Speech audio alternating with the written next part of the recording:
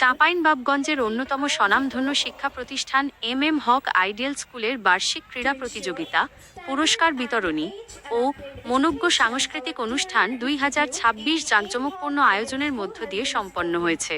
বুধবার 15 এপ্রিল বিকেলে স্কুল প্রাঙ্গণে আয়োজিত এই অনুষ্ঠানটি শিক্ষার্থী, শিক্ষক, অভিভাবক ও স্থানীয় গণ্যমান্য ব্যক্তিবর্গের উপস্থিতিতে এক উৎসবমুখর মিলন মেলায় পরিণত হয়।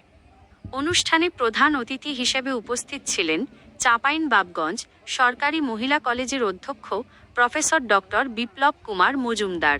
বিশেষ অতিথি হিসেবে উপস্থিত ছিলেন মোজাম্মেল অটো রাইস মিলস লিমিটেডের ব্যবস্থাপনা পরিচালক মোহ আবদুল্লাহ আল মামুন এবং বাংলাদেশ শিশু একাডেমি চাঁপাইনবাবগঞ্জের জেলা শিশু বিষয়ক কর্মকর্তা মোহ জোবেদ আলী।